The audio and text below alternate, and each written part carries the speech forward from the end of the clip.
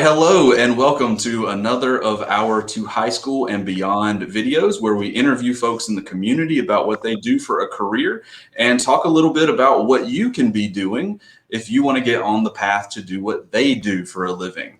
So I'm joined today by Eric Seale, the Artistic Director of Hickory Community Theatre. Eric, thank you for being here with us today. Glad to be here. Absolutely.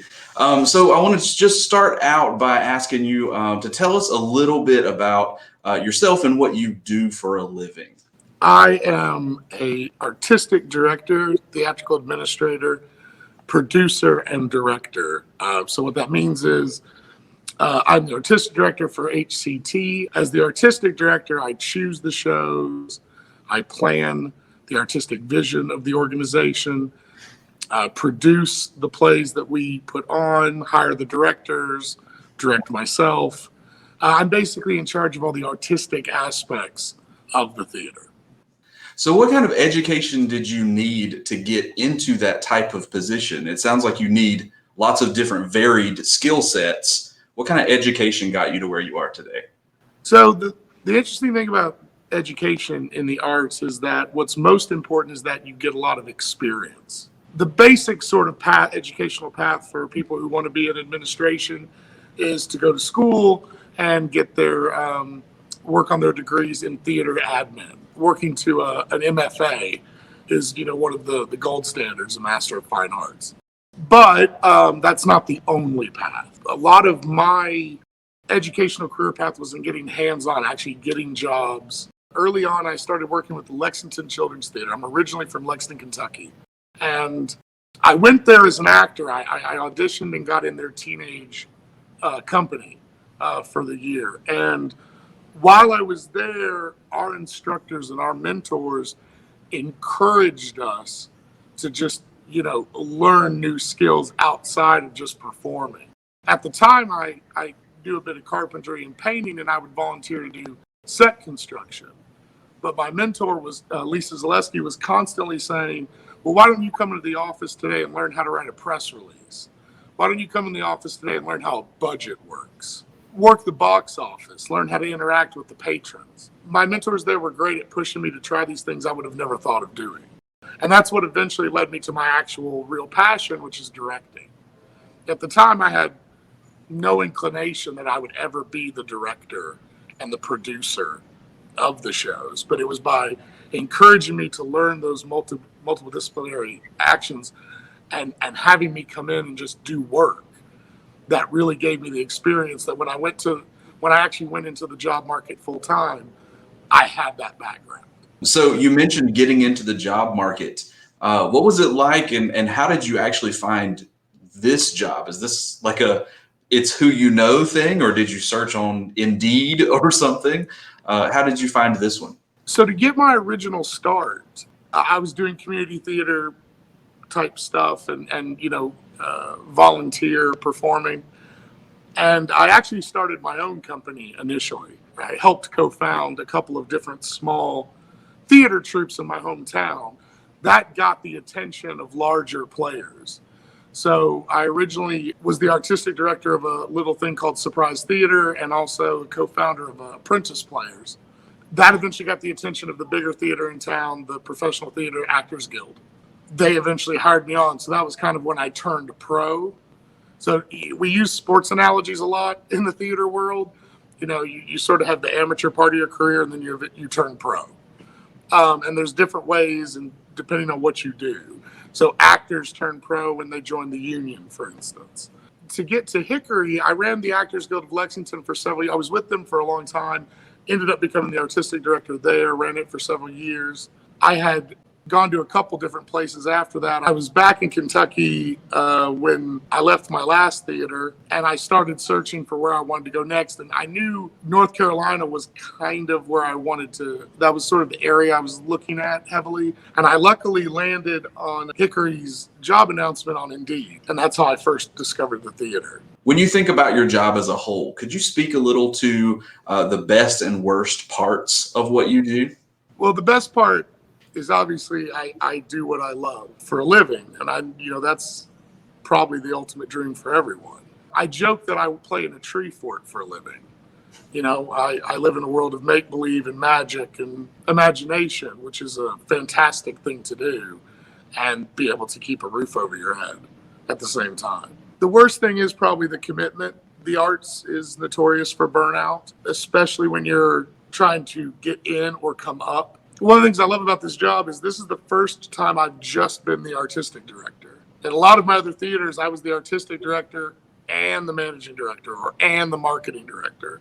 I had to take on multiple hats just to keep things going, just to have the opportunity to work.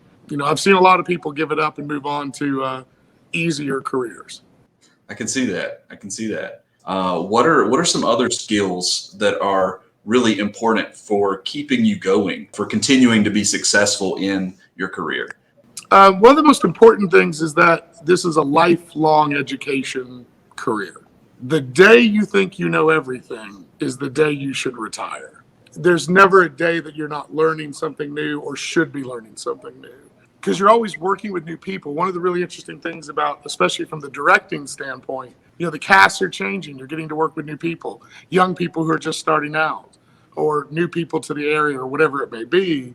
One of the cool things with theater is, the embrace of modern technology into live performance, but also just the work that we do changes all the time. The writing, what people want to see, and what's, the sort of long-term trends of art change. So you just have to constantly be willing and open-minded to learn, but also aggressively going out, and learning new things and learning from new people.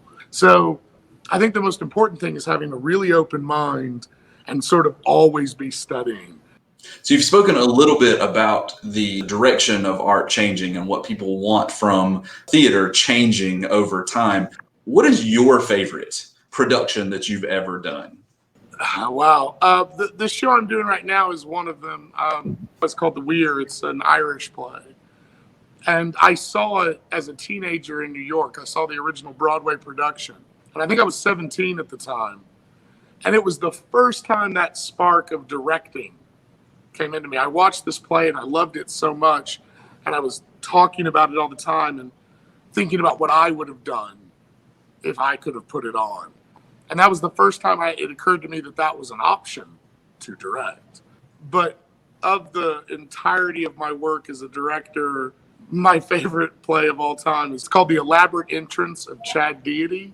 And it's a play about professional wrestling. It's a Pulitzer Prize nominated play that revolves around the world of wrestling. But it's about America, and it's about racism. It's about social change just through that lens. And so it was an amazing piece of art to work on, but it also had this added fun of getting to be this incredibly over-the-top, ridiculous thing with fog machines and lasers and, all this kind of stuff that you don't just get to do every show. As an actor, I've been in one-man show called The Agony and the Ecstasy of Steve Jobs. And it's a play about Apple and technology, what technology means and the cost of it on society. And as a performer, that's probably the greatest piece of work I've ever done. Very, very widespread set of themes there. Yeah. Your favorites, for sure. So when you're looking to choose people, when you're going through the audition process, what kind of qualities are you looking for? People have to match the part, right? But is there anything in general that you look for in potential actors? Outside of the sort of basics, does this person fit the part? What are their acting skills? If it's a musical, can they sing? Outside of that, the most important thing that I look for, and I know a lot of directors will back me up on this, does the auditioner listen and try what you ask them to do? It's a bit of a trade secret of mine, but I'll give it away here. When we do auditions, a lot of times I'll stop people and I'll give them what we call a redirect to try it a certain way. Sometimes I give them intentionally wrong redirects, absolutely ridiculous things that make no sense. But it's just a way that I can see if they're willing to listen. Most people think about theater from the sense of the final product, when they sit out here and what they see. But the best part is the rehearsal process. That's where I think we have the most fun. And it's the most rewarding part. We get to try all this stuff And you want to work with actors who are willing to try and to fail and to see what they learn from that failure. When I cast, and I'm meeting someone for the first time, someone I've never seen, I don't know their work, the first thing I try to find out is, what will they be like to work with? Are they going to try things? Are they going to be willing to take risks? And overall, that's a pretty good thing for theater and the arts in general. We look for collaborators who are willing to be collaborators, to try things, to take input from other places, and to sometimes, fall down and then see what happens. What can you learn from that, and how can you build? I think that's good advice for a very broad range of career paths. Are you willing to take a risk and fail and get back up and keep going? I have worked in a lot of careers. I've worked in the food service industry. I've worked in customer service. I've worked in an office, and I've even worked for like the state government. But I highly recommend theater as an education tool for students, even if it's not a career path that they're interested in.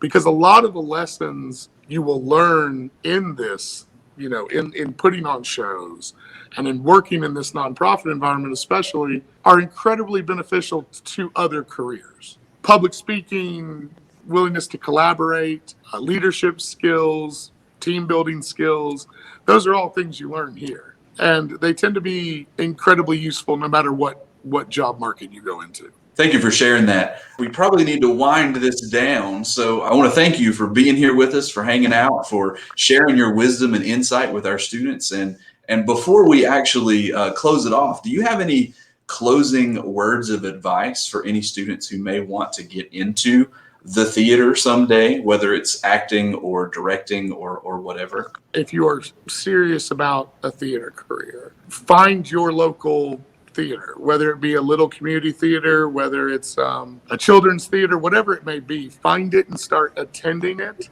See the art and meet the people who make the art. Introduce yourself to them. Because the hardest thing about this job is that there isn't a very clear roadmap. If you want to be a banker, there's a roadmap. It's pretty easy to follow. A doctor, there's a roadmap. At least a basic one that you can plan your moves.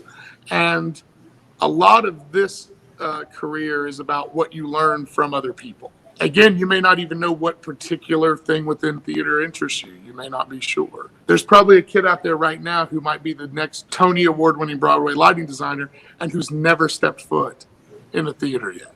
So I'd say that's the most important thing is actually attend, see shows, learn from those people, meet those people, and get that help finding out what your path is, what your roadmap is. Eric, thank you again just for being with us, for sharing with us. And students, look for your local theater and get involved. We've got one here locally that's active. I've been there. I've seen some of their productions. Amazing work there. I recommend it. I'm sure Eric does as well. And when you come, introduce yourself to me. I'll be happy to meet you, happy to talk theater with you.